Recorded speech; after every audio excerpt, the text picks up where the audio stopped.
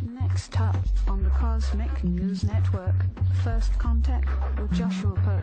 Good morning, Earthlings. Good. How you doing today? Good. How you doing today? Welcome to First Contact Radio. Welcome to First Contact Radio. To talk about all these things I'm talking about is because in life, everything is energy. Every single thing that's out there.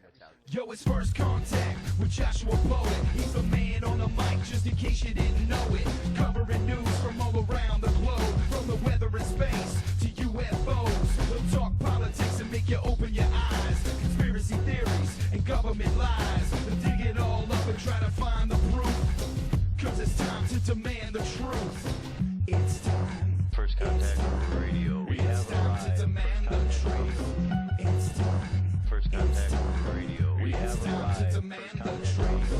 It's time. First Contact Radio. It's time to demand First Contact Radio. We have arrived. First Contact. Good morning, Earthlings. How you doing? Welcome back from the weekend. It's the last day of March 31st right here. So we see that we have a moon sign in Aries. It's where it was yesterday when we went into the new moon phase. And our sun sign is also in Aries. So we have a double Aries that we're dealing with. Aries is fire. Aries is leadership, the first sign of the zodiac. It's creativity. But also Aries has a darker side, which is the god of war, or the association with war. And that comes when all of this energy is not channeled in a creative way, and therefore it becomes bottled up and warlike or aggressive. And that's where the warrior side comes, the war part.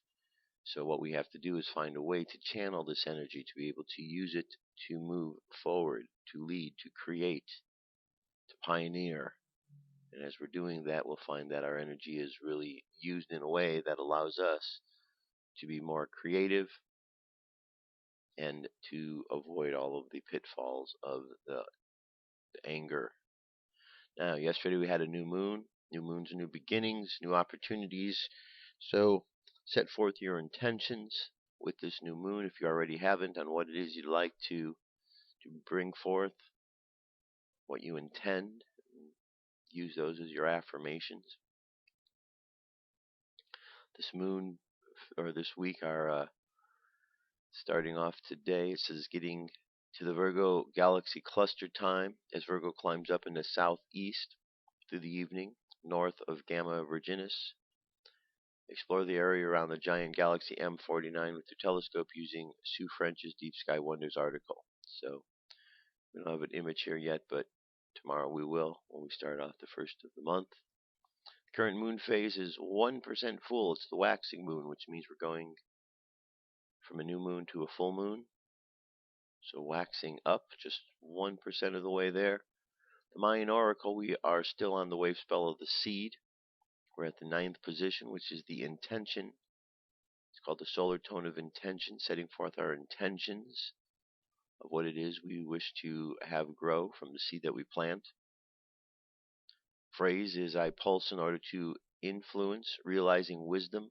I seal the process of free will with the solar tone of intention. I am guided by the power of elegance. And today is one of those galactic activation portal days. There's 10 in a row. We still have today, tomorrow, Wednesday, and Thursday. So through the rest of this week, if there's any added intensity, it's due to the fact that we are dealing with galactic activation portal days in a row. 10 of them, to be exact. Okay, over at space weather, our solar wind is currently at 414.1 kilometers per second. Planetary K index is in the quiet range. Nothing significant in Earth-facing coronal holes. Our M-class flare possibility is up to 55%, though, and X-class has gone up to 20%, so we'll pay attention to the sun, see if it has anything else to say to us.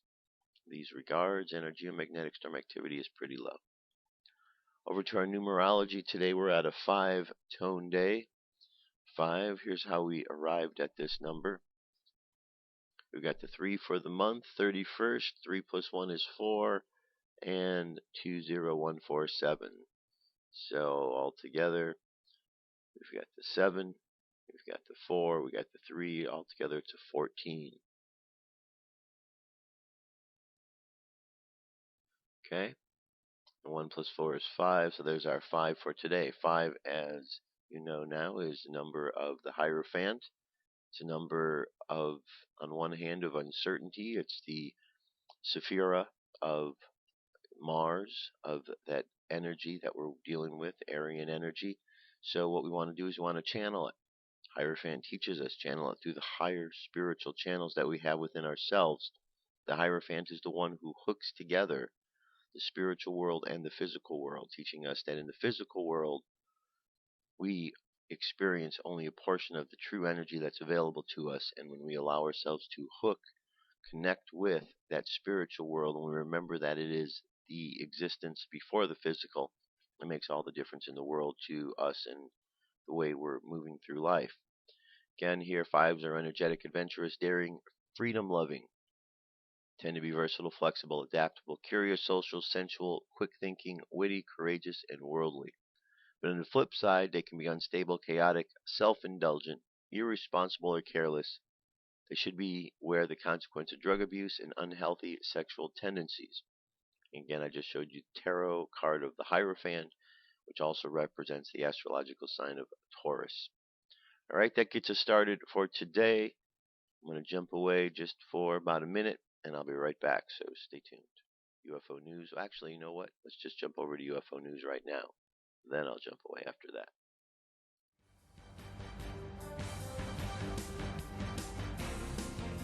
This is the UFO News with Joshua Poet. All right. Today's UFO news. First story, Texas, Austin, Texas, March 27th. 2 objects in the sky. There's a mail-in report in response to the person who posted the glowing orbs over Texas. I've seen 2 glowing orbs over Austin on the 27th around 2000 hours and taken with an iPhone. 2 pictures attached here, one original, other with a red circle around the orbs. You have to really enlarge the picture to see. And they are on the right side of the top of the tree line in the middle of the 2 traffic lights. Okay. Way there. That's where we're looking. No other images or video, just the picture there with the iPhone. Okay, so enlarge this. The arrow points to where you got to go and look. It's way in there. Now we have also over Texas, triangular UFO. An unexplained triangular-shaped UFO is baffling aviation experts. The mysterious craft was seen with 2 others above Texas by plane spotter Steve Douglas, who quickly took this picture. Aviation experts believe the photograph to be genuine, and rumors are spreading that it could be a secret military jet. Seconds before picking up the camera, Steve claims to have listened into a conversation between pilots on his radio, adding fuel to the classified aircraft claims. Okay, that's just the image. If you see anything like this and can get a picture of it, that would be awesome. If not, refer to this one. Alright, now we're going to go over to Florida. Glowing orbs seen over Duck Keys, Florida, March 27th. There's our object in question. This UFO was emailed into us and shows the video of an orb that is white, but changes colors to green and red a little bit. The object is seen to be spinning. Watch the video in full mode with HD settings to see it all. Video itself is 2 minutes 41 seconds. It says we are out in the boat docks, Duck Key, Florida. I've never seen anything like this before. I have about 6 videos and would love an explanation. FYI, I'm a vet with the U.S. Army. Alright, let's see if we can zip to where the actual sightings are. You can just see them in the distance here. See that?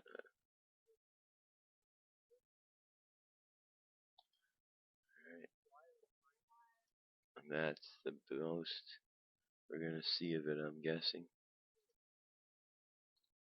Alright, so watch the video, enlarge the screen. It always helps to watch these videos, see something much better. Let's move on. This one here is a giant UFO near Earth in the photo released by Brazil Planetarium. That's a pretty good sized UFO, if indeed that's what that is.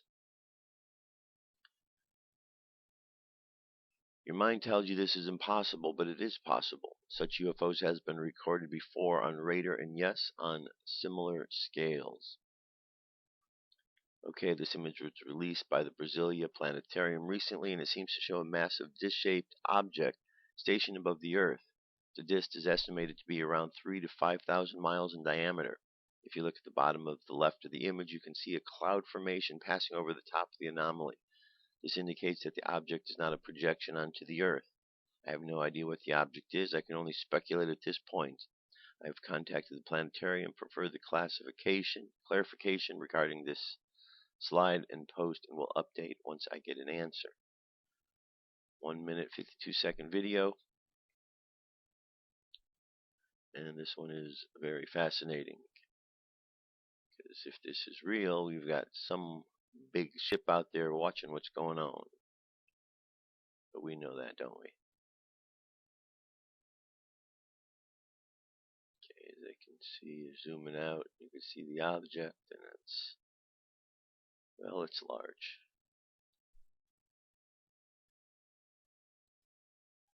Okay, so what do you think that is? If you have any ideas, throw out your suggestions, because it looks to me like it's something like a big ship, though, huh? Alright, very cool. Let's move from there on to the next piece. Stanton Friedman, nuclear physicist, UFO researcher.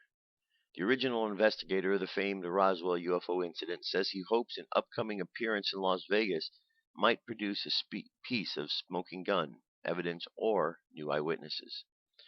Nuclear physicist Stanton Friedman has spent more than 30 years investigating the story outside the alleged crash outside of Roswell, New Mexico. The military initially said the object was a flying saucer, but later changed its story and said it was really a weather balloon. Friedman has interviewed dozens of witnesses over the years who alleged the craft was something from outer space. Friedman plans to speak at the Atomic Testing Museum on East Flamingo Road in late March. He says some of the same scientists who work on the atomic bomb program in New Mexico would likely have been part of any cover-up of a UFO crash. The same smart people knew where the other smart people were to get answers, and people knew how to keep their mouths shut. And some guys saying it couldn't have happened there would have been an article in the Physical Review the next month. Friedman said, "No understanding of how security operates, and that's the part of my role, is to educate the world. There really are secrets being kept, folks, like it or not." Friedman thinks some of the Nevadans who work for the former atomic test site might have information about the Roswell crash, and he hopes they will come forward during his presentation at the Atomic Testing Museum. The public is invited. Alright, so that's coming up. So look forward to that. It doesn't have a date, does it? Let's see. No, it doesn't have a date when he will be there. But as we hear more, I will certainly let you know. It says late March, so well, this is as late as it gets. So either he spoke or will be speaking today. Alright, the last link here is for a link to a new episode of Hangar 1. Link's going to be available for you to watch it.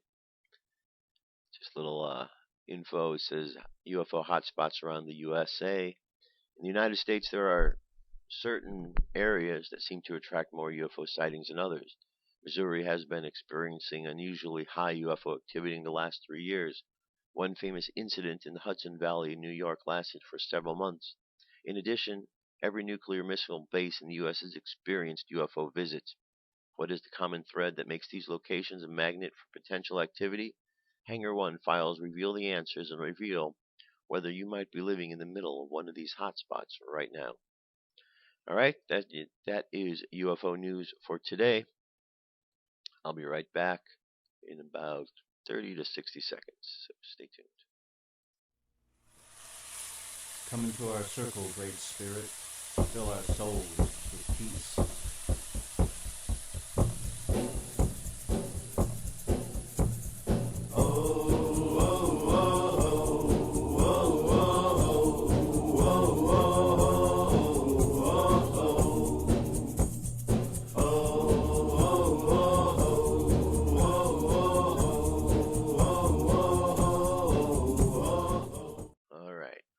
continue on. So that song you start to hear, and you've heard it before, it's Great Spirit. I've had some requests to put the song online, make it available. I haven't gotten it up there yet. I will get that taken care of today or tomorrow, and then you'll be able to download that song. There's actually a couple different versions out there, so I'll put a couple of the links up there so you'll have that. All right, let's continue on. Someone we haven't heard from in a while has been Brother Nathaniel. So today we're going to listen to Brother Nathaniel on what he has to say.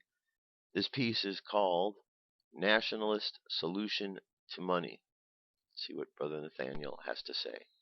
Here we go. I'm calling for a nationalist convention on monetary reform.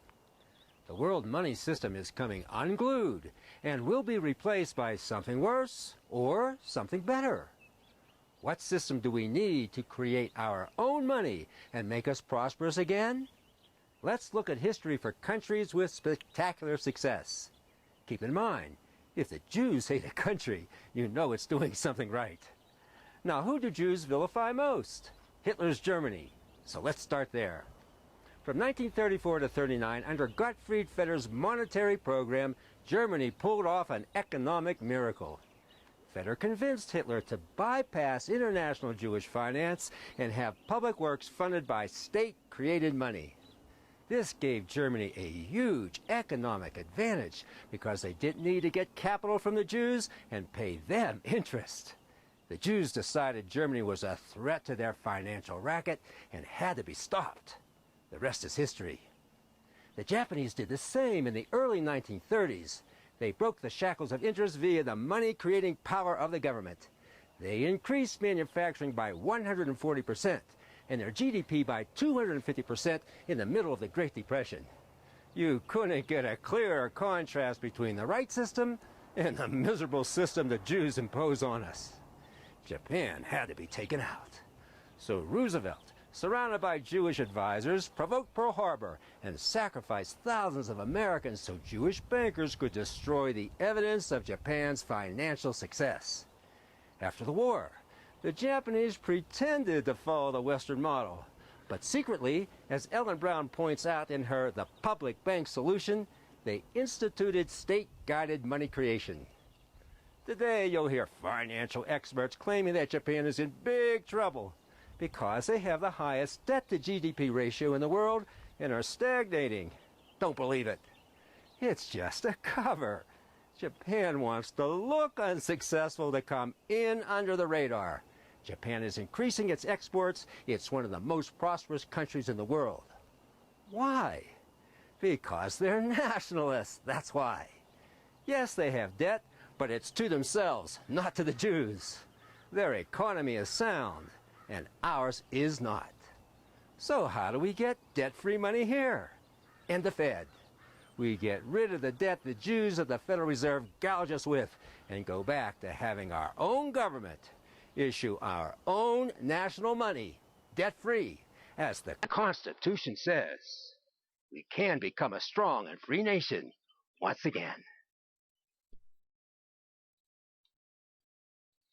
Imagine that. Follow the Constitution, huh? The Founding Fathers, they had it right again. What do you know? We should be following them, you know? Listen to what they had to say, because we certainly have strayed a long, long way from where they started. But what are we going to do? Hopefully, we're all going to get together and we're going to wake up. But there's a global mind brainwashing that's going on, a mind control. I don't know.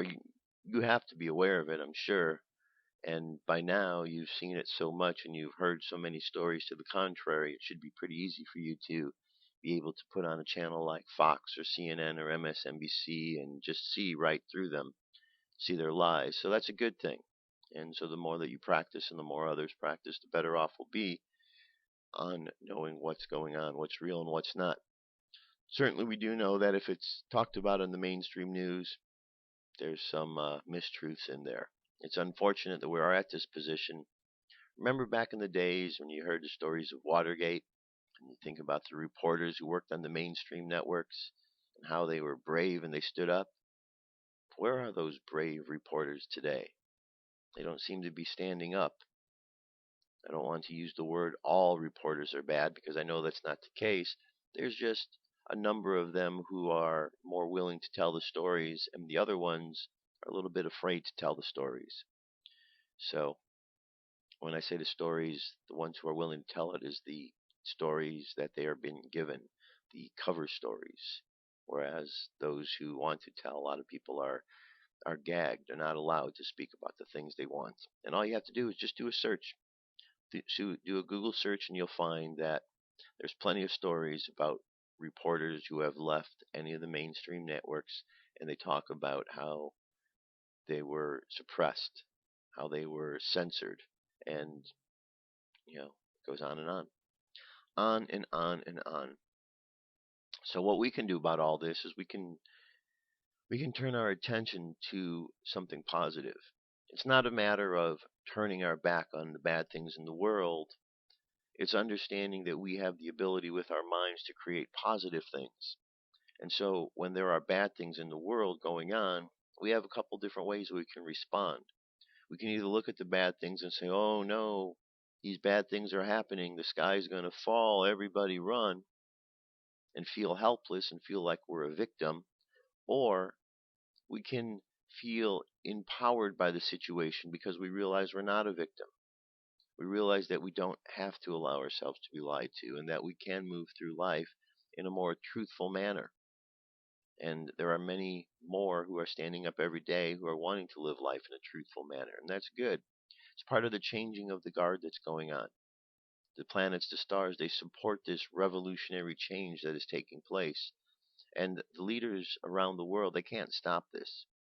This is one of these moments that has arrived in history, and, well, it's time for the people to stand up.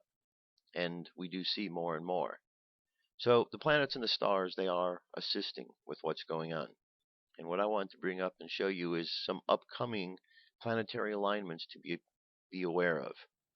There's a series of these blood moon tetrads which are coming up, very significant. They start this month, and I thought, let's get started on learning what these are all about. Brought them up before. I'm going to get into it again. These are 2014 and 15 Jewish Comet and Tetrad red blood moon eclipses. In 2014 and 15, a rare sequence of Tetrad red blood moon lunar eclipses will occur on the Jewish holidays of Passover and Sukkot, also known as the Feast of Tabernacles. 2 solar eclipses will also occur in 2015 on the Jewish New Year for Kings and the Feast of Trumpets holidays. Comet Isom was vaporized by the sun on November 28, 2013, which was a Thanksgiving day and the Jewish holiday of Hanukkah. Ison, translated into Hebrew, means disaster or accident. The 14th of April 2014 Jewish Passover and the 8th of October 2014 Sukkot lunar eclipse will take place at the same exact dates as did the 70 AD Jewish Passover and Sukkot Feast of Tabernacles lunar eclipses, which occurred when the Roman army destroyed the Second Jewish Temple and Masada military fortresses, effectively ending the 1,000 years of Jewish rule in the nation of Israel. Jesus declared the sun, the moon, and the stars would give signs before his second coming. In Luke 21, verses 25 to 28, and there will be signs in the sun, in the moon, and in the stars, and on the earth distress of nations with perplexity, the sea and the waves roaring, men's hearts failing them for fear, and the expectation of those things which are coming on the earth, for the powers of heaven will be shaken. Then they will see the Son of Man coming in a cloud with power and great glory. Now, when these things begin to happen, look up and lift your heads, because your redemption draws near. Luke 21:36. Watch therefore and pray always, that you may be counted worthy to escape all of these things that will come to pass, and stand before the Son of Man. The question is, how does a person become worthy to escape the wrath of the coming of the world and stand before the Son of Man? 1 Thessalonians 5:9 tells us, for God has not appointed us to wrath, but to obtain salvation by our Lord Jesus Christ. John 3:16, for God so loved the world he gave his only begotten Son, that whoever believes in him shall not perish, but have everlasting life. Okay? And here's the graph that shows these different moon tetrads that are coming up. Let's further examination here. This is from Earth Sky. It says, what is a blood moon? We've been receiving a number of inquiries about blood moons in 2014 and 2015. The blood moons most people are asking about are not part of astronomy. Their origin is religious, at least, however, to Christian pastor John Hagee, who wrote the 2013 book about blood moons. However, both astronomers and Christians are talking about the upcoming lunar tetrad, a series of total lunar eclipses which begins in the night of the April 14th and 15th. We at Earth Sky don't have any special knowledge about the blood moons of Christian culture, but since they're moons and since people are asking us, we wanted to reply. So here we have a number of different links for you to follow blood moons in astronomy, dates of harvest and hunter moon, what is the lunar tetrad. Okay, we're going to go down here. The full moon nearly always appears coppery red during the total lunar eclipse. That's because the dispersed light from all of the Earth's sunrises and sunsets falls on the face of the moon at mid-eclipse. Thus the term blood moon can be is applied to the total lunar eclipses. It's only in years where volcanic activity is pronounced that the moon's face during a total lunar eclipse might appear more brownish or gray in color. Usually the moon looks red. We astronomy writers often say it looks blood red. Why? Because it sounds dramatic, and a lunar eclipse is a dramatic natural event. What's more, in astronomical lore, all the full moons have names. The names typically coincide with the months of the year or the seasons. One of the most famous moon names is the Hunter's Moon. It is the full moon immediately following the harvest moon, which is the full moon occurring most closely to the autumn equinox. The Hunter's Moon in sky lore is also sometimes called the blood moon. Why? Probably because it's a characteristic of these autumn full moons that they appear nearly full and rise soon after sunset for several evenings in a row. Many people see them when they are low in the sky shortly after they've risen, which at a time there's more atmosphere between you and the moon than when the moon is overhead. When you see the moon low in the sky, the extra air between you and the moon makes the moon look reddish. Viola, blood moon. Dates for the blood moon in 2015. It says in 2014 the harvest moon is on September 9th, the autumn equinox September 23rd, and the hunters or the blood moon is on October 8th. In December 15th we have them on September 23rd at the autumn equinox, and then October 27th is the hunter's moon. All right. What is a lunar tetrad? Both astronomers and Christians are talking about the lunar tetrad of 2014 and 15. What is a tetrad? It's 4 successive total lunar eclipses with no particular lunar eclipse in between, each of which is separated by the other by 6 lunar months.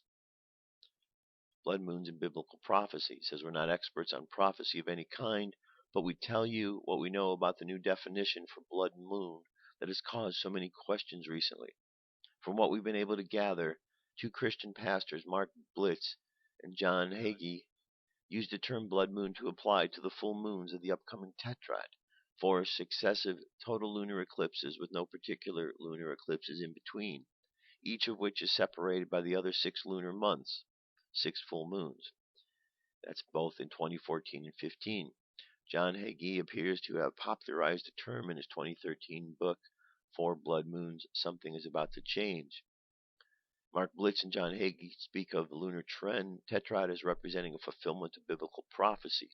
After all, the moon is supposed to turn blood red before the end times, isn't it? As described in Joel 2:31.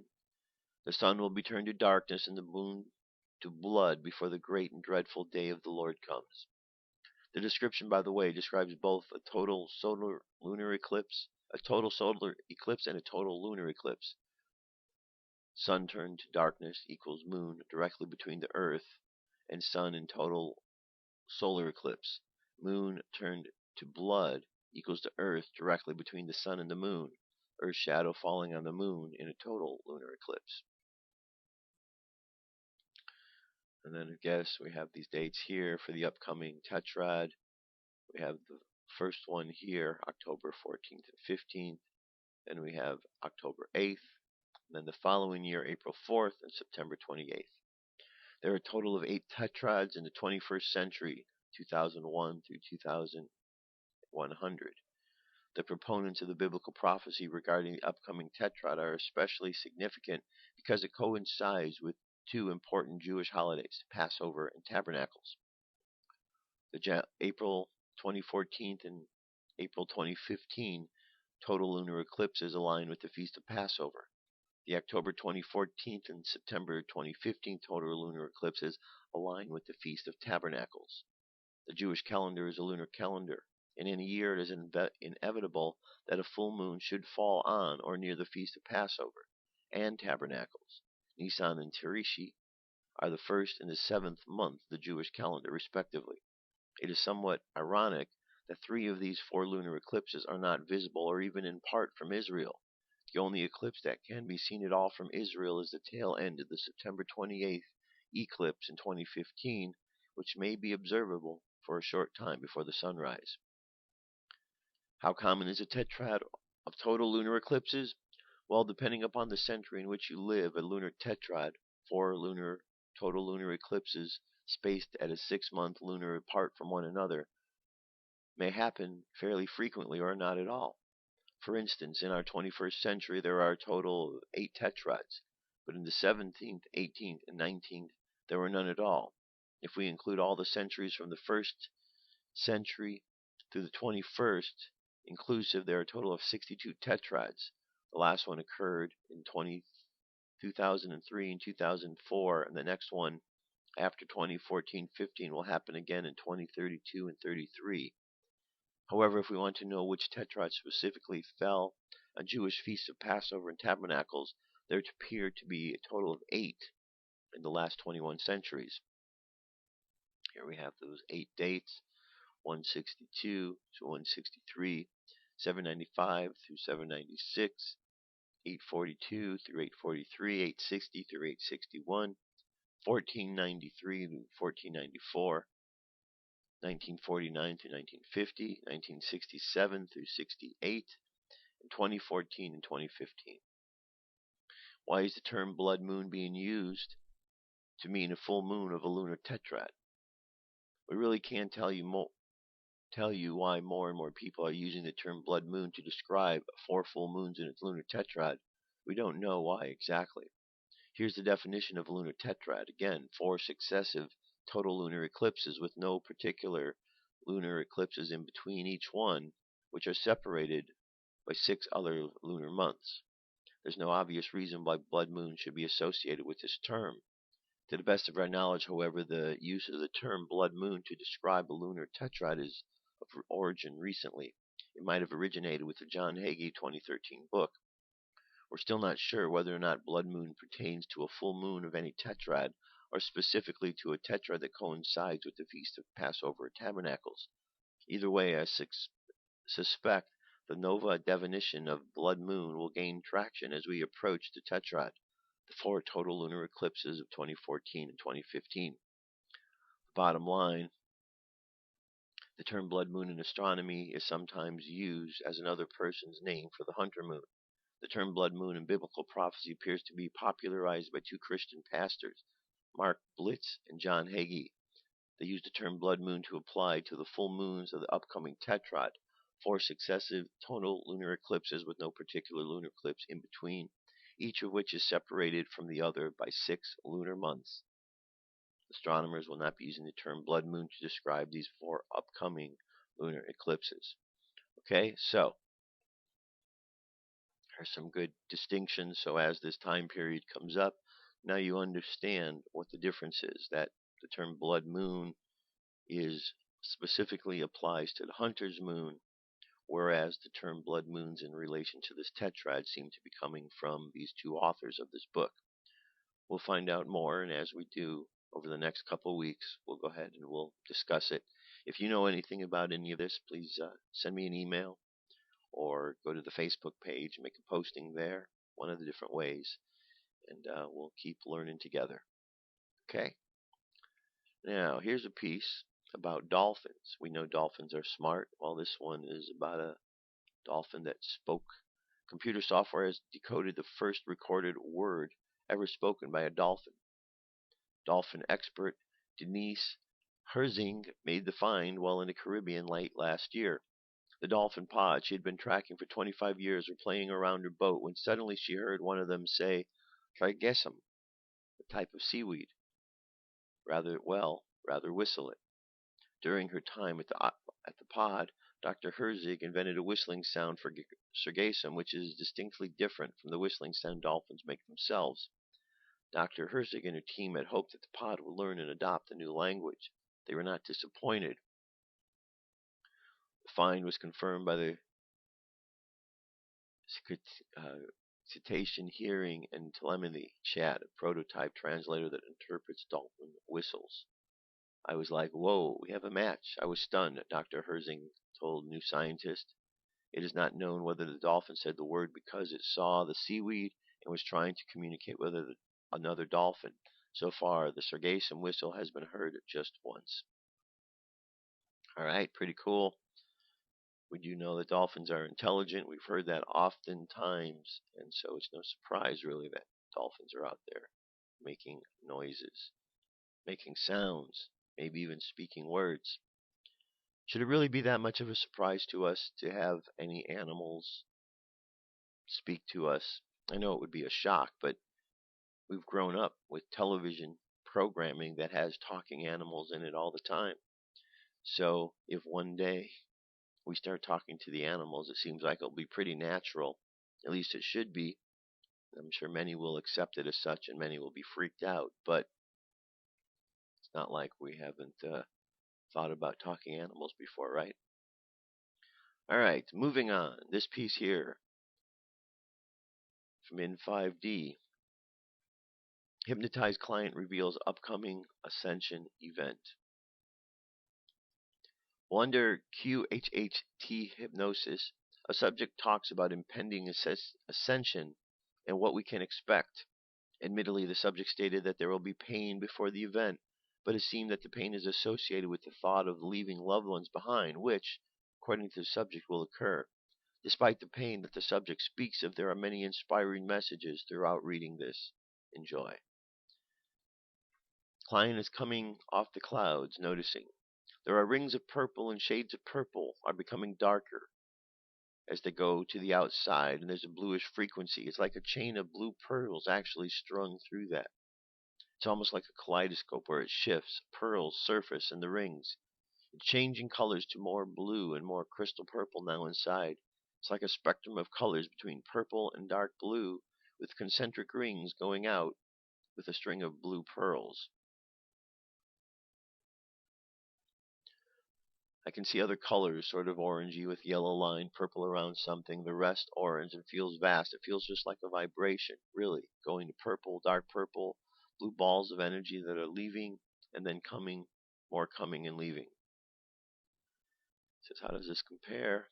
There are blue colors that I have seen since my childhood when I close my eyes. It feels like bathing in color, pink and orange like a snaky thing around it, but they move so fast. They're orange and pinkish one moment, then the next, blue and purple and blue. It's very, very fast, and then they move, alternating between them. It's like going through a tunnel, and you know how a roller coaster will take you up, and then you go down, and it goes longer again. It's like these pathways, but I couldn't tell you if I go through or if they come to me. They're coming to me. Just beautiful. I never want to leave this kind of place. It feels like the sun on your skin somehow, a nurturing quality. Pink and yellow, all these crazy colors. Some of the colors are protection, some of the colors I remember where I came from, some I came from, they're staying with me, so I remember where to go back to. The blue and the purple, protection, ascending energy to different dimensions. The blue and the purple, it's a long brainwave, and it's not even here on Earth. It's connections to everything, plants, people, galaxies, trees, animals, birds. I really don't want to be here. So part of me is living somewhere else on a different planet. It's like when I ascend from these white clouds that I come out of my dream. That's where I come back from. There's many of me. It's like fractures, particles. The vapor is white, smoke, spinning like when you look in a galaxy that's spinning, that would be the vapor and white. I'm getting addicted to that feeling.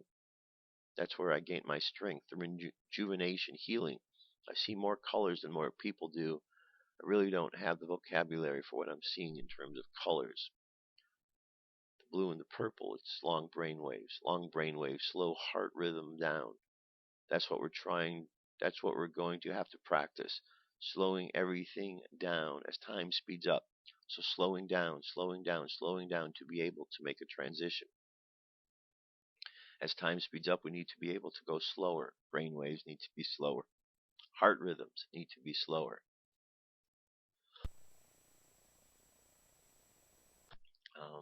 So the blue and hold on. So the blue and the purple, and it's also black. It's really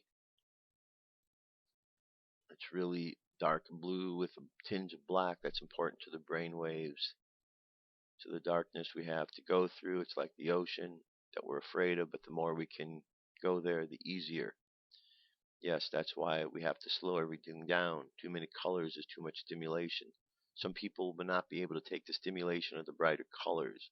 It's something they can't take it. They get very afraid of the colors. The colors will be really, really bright. Really bright. Not quite neon, but brighter than neon. And glowing and full of, while you touch them with your hand and you're going to go through the color, but it's not, people are not used to that. They're thinking material. So when you can't touch it, they'll be afraid. So the black and the blue, to concentrate on the black and blue, it's better. It won't freak people out. Again, after you close the book and you put it away, and then you open another one, it's not just turning a page, but turning a whole cover. I have to say something that's so beautiful it makes you cry. We haven't seen anything like it here on Earth. It's light and bright, no worries. You can see there's a lot more. Different suns, different planets, they are beings. All these suns and galaxies are going through the same thing we're going through on Earth. It's not just Earth ascending, it's everything. It's a whole new universes and galaxies going through the same shift Earth is. It's huge, actually. It's like a whole new copy and replica of what is now layered. It's huge, but we won't be able to see it, so it won't feel that overwhelming. That's why we're not shown it. It would be too much. Okay. And it says, so the Earth, as it stays in the denser plane, is just going to be another emanation of the tree of life as we are ascending, and it just needs purification. There's something about Kali, Shiva the Destroyer, and that's what these myths and legends and stories are about. The new worlds get created, others get destroyed, and start over as some new. The ground rules are being put in place completely new. Let's start from scratch. I don't think that there will be a destruction of this planet. It's more like new rules to start over. But it is for a certain type of soul at a certain stage of development. It will be like us watching over them. It's already clear who has chosen and who has not chosen. It's just playing out now. It's just being lived physically. It's like us becoming spirits that will help each other, and there will always be higher beings that will help us. It's always like graduating from high school. And he talks about, so it says beautiful, so we don't really lose those connections. They just change as far as what we're able to perceive. It says yes. And so we are going through it. There is pain because we would like to take everyone with us. No attachment. We can make last minute choices if we keep our attachment and not let go, to not transcend. It's about staying in our heart. We have a certain frequency and to be able to transcend with the lighter earth. But there will be somehow people that want to help so much that they will choose to stay behind. But that's not really a wise decision because we could help better from the lighter earth. The attachments to friends and family members could be so great that they would choose to stay with them. Even though they themselves have the frequency, they'll stay behind, and the brain waves and the color is not related to that decision or to that love for that certain frequency. It's more actual process of ascension that could scare us. It will be unusual. Okay, so we have more and more. And at the end it says, say the dolphins are helping with the ascension process, that they have much to teach us because they know what's going on and they know why they're here. We're looking to learn about what's going on and to understand more about why we're here. You said that these dolphins and these whales have come to help us. Is there something you can learn, incorporate regarding all of this right now? Playfulness. Playfulness doesn't take away from the seriousness and the value of the whole situation, but somehow contributes. Is that correct? Yes. So, okay, if you have any advice about how you can move forward in her purpose of life with regards to what we've been discussing, how she can apply this in a way that's meaningful, celebrate life. Remember the lightness. Don't lose it on your path. Okay? So, there you go. So read the article. I just skimmed through bits and pieces of it. But this is something that's been talked about a long time, this shift that we're going through. Part of the process of this shift is things are speeding up. Part of the tendency when things speed up is to feel that we need to speed along with it. But that's not the case.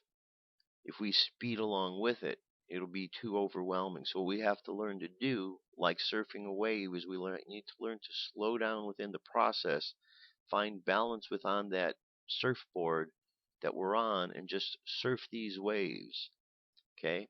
We need to slow ourselves down in the process. That's what the meditation is for. So that when everything is moving fast around us, we learn to stay contained within our own little spaceship, so to speak, so we can travel through time, travel through the different places we need to travel. Okay, everything we need, this body is able to do. We just need to go in and learn to work the system, learn to work our system. All right? All right, so I'm going to move on from here to today's message. Today's channeled message. This is a good one. This comes to us from Horus. So let's check it out. Here we go.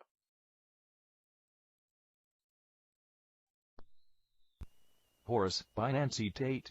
March 28, 2014. I am here this day to speak with you about how it is feeling at this time of ascension. I am Horus, and I feel what you are feeling when you are grandly appreciating the progress you are making. It is a beautiful transition you are bringing. Imagine the change that you are giving to the word transition, and many other words as well.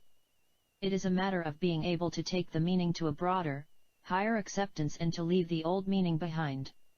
It is the true representation of the way that you are feeling now, and how you have made that rise into the newness of your creation. Yes, I speak of your creation and the ability that you have to bring about that which you desire and intend for your lives.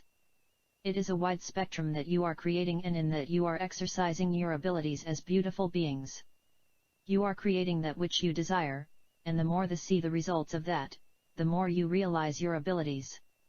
That adds to the increase and the gifts that you give to yourselves and others. I include the universal gift that you are creating. You are giving of yourselves not only to the others here on earth, but within the earth and far out into the universe as well. We in hollow and inner earth feel and live your advancement, as well as the animal, plants, and mineral kingdoms. They are all seeing and feeling your climb to the next step, and the next and beyond. Have you noticed that all of the other life on earth is responding to your advancement? The animals are coming into alignment with you. Have you felt their communication with you to be so soft and loving? There is a brand new experience that is taking place within and on the surface of Earth. All of us are seeing the developments that are taking place within the structures that have been in place for so long. There is now an easing out of the strictness that has kept you bound to the laws of structure. To some of you it may seem to be the opposite of that which I speak. However, it is a sample of all the negative energy rising out to the surface in its haste to be released to its freedom of returning to Earth in its original positive energy. It is now melting into a harmonic that will be part of the ascension that is in progress. It is obvious to many of you that there is a change in the works, and you are becoming more aware that you are creating it. There are those who are still in the sleep of not even realizing the changes, however they too will open their eyes and beingness to the changes. They will do so because of the differences they will be feeling from all of you who are bringing about the revolutionary changes in your governments, financial systems, and all of the societal aspects of humanity. It is a wondrous transition we are seeing and feeling. As it takes its place in every aspect of Earth life, it is adding to the energy of the universal language. It is bringing clarity to all of us in cooperation with what we are seeing as our harmonic interlacing with you.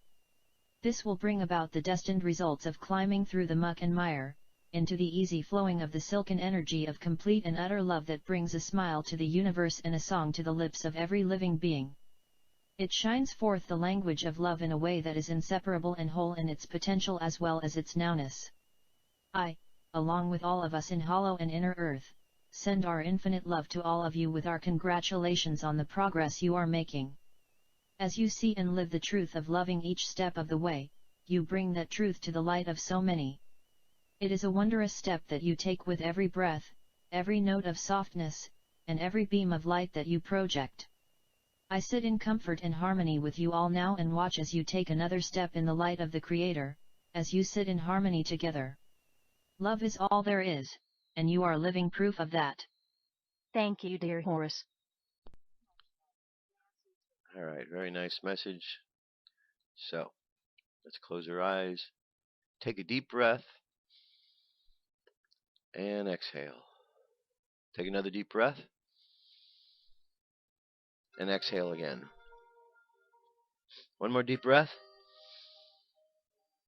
and exhale. I want you to imagine yourself here on the earth, and I want you to feel the energy around you right now. And as you feel the energy around you,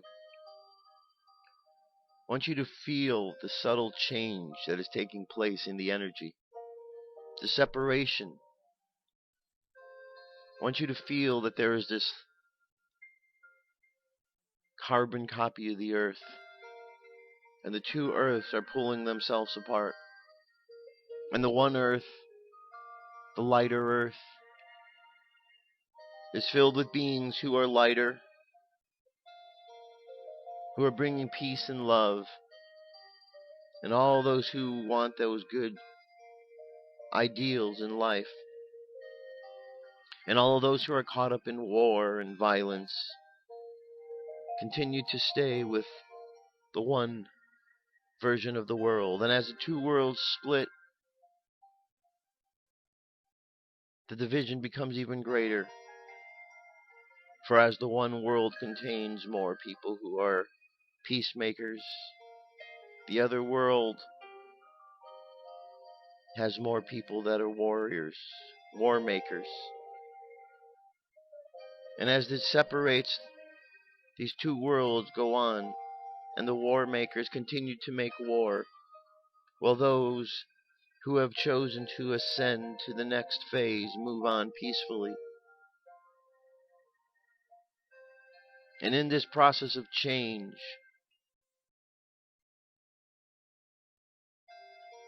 it is understood that this change is part of the process, the destiny that is unfolding, and that our job is to let go of all attachments so we can keep moving forward.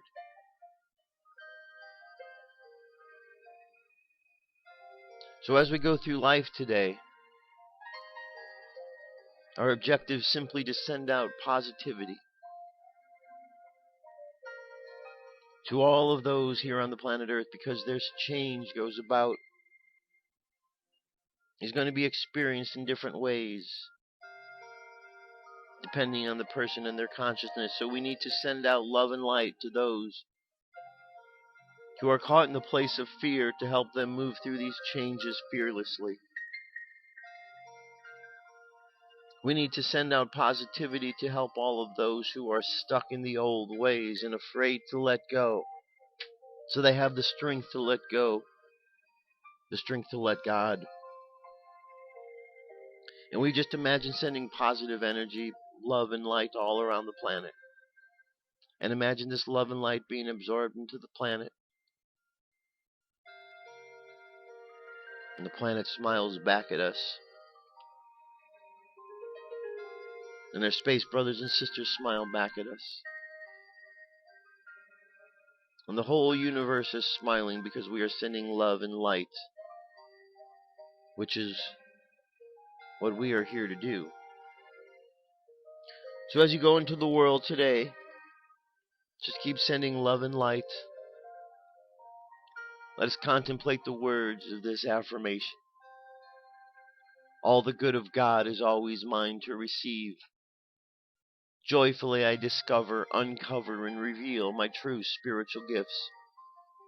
Today I extend my field of gratitude and expand my awareness of God. Opinion-free living and divine right seeing are mine today. I am healed and whole in every area of my life. Gracefully I live these words of truth, and so it is. Amen. And just imagine yourself continuing on this path, sending out love into the world, and allow your subconscious mind to continue on that journey today. And let's bring our conscious mind back to the present moment on the count of 3. 3, coming back to the present moment filled with confidence. 2, coming back to the present moment filled with faith. And 1, coming back to the present moment happy, healthy, and whole. Happy, healthy, and whole. Take another deep breath. Exhale, and open your eyes. That's it, my friends. That's the show for today. Thank you very much. We're off to a good start for the week. Tomorrow we're going to get back into Life and Teaching of the Masters of the Far East. We're going to continue on with that.